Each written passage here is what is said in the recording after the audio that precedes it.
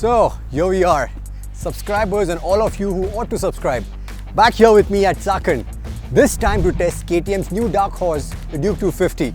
And if you have already seen this, there's a good chance that you know the specs even better than I do.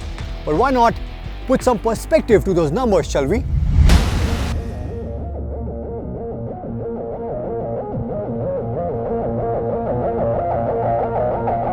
So this one makes 5 PS and 5 Newton meters more than the baby Duke, but is also 13 kgs heavier. So how quick exactly is the 250 as compared to the baby Duke? Let's find out. So they are neck to neck from 0 to 60. But then the 250 opens up a gap 0 to 100. And a lot of that has to do with the fact that this one has a much bigger rear sprocket, a 46 teeth sprocket, which is the biggest among all the Dukes. And also it makes the power and the torque a lot earlier as compared to Duke 200, which also helps it clock a higher top speed, which is a good 10 kilometers higher than the Duke 200.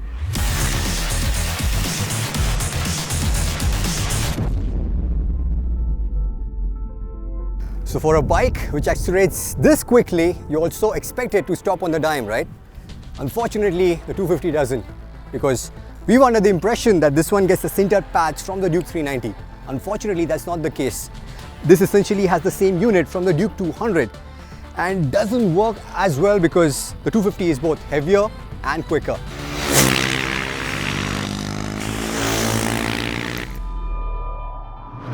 On the handling front, the specs did give us an indication as to how well this will handle. It handles better than that because you're sitting higher up now, the stance is sportier, and there's a little more weight on the front, which helps to load the tire better, which means that you have a lot more feedback coming in from the front tire. And that's great because that gives you the confidence to carry that much more speed in the corners confidently.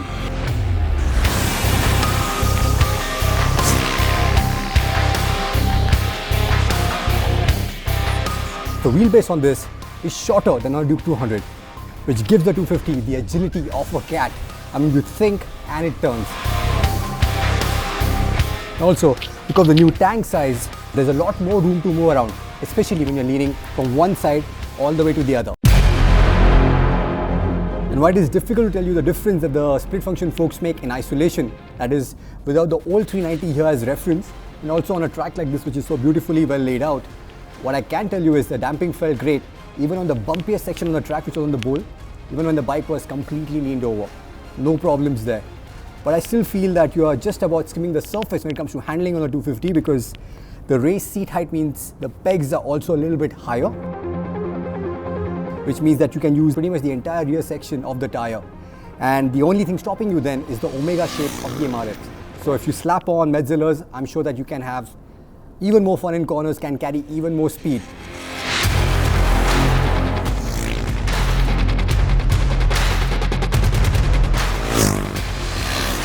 Another aspect which I really like about the handling is the fueling.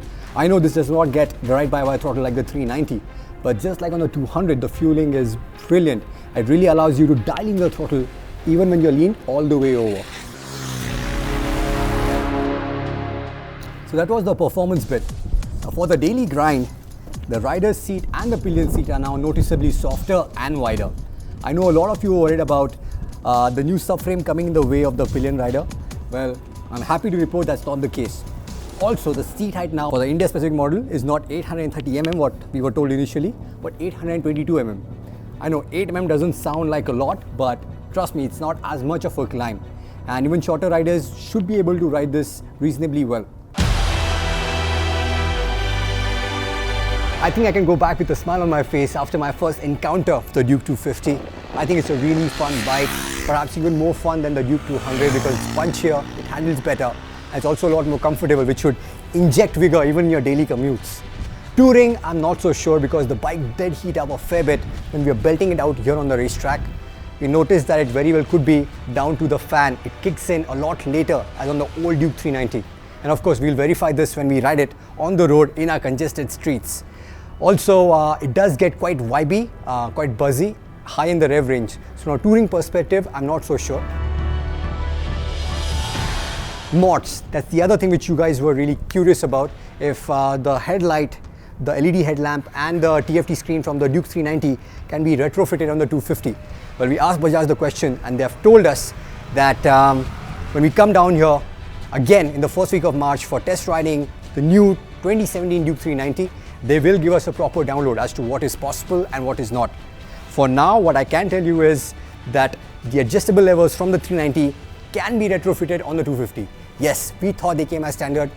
Unfortunately, that's not the case, just like the sintered pads.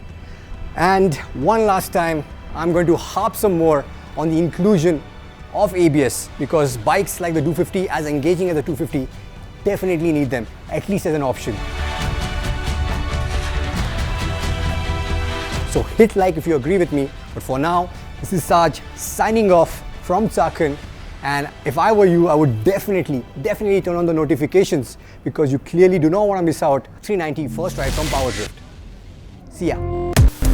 So, news has just come in that we have hit 75 million views on our channel.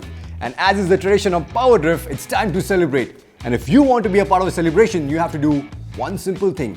You have to subscribe to our channel. And here's a very good reason why.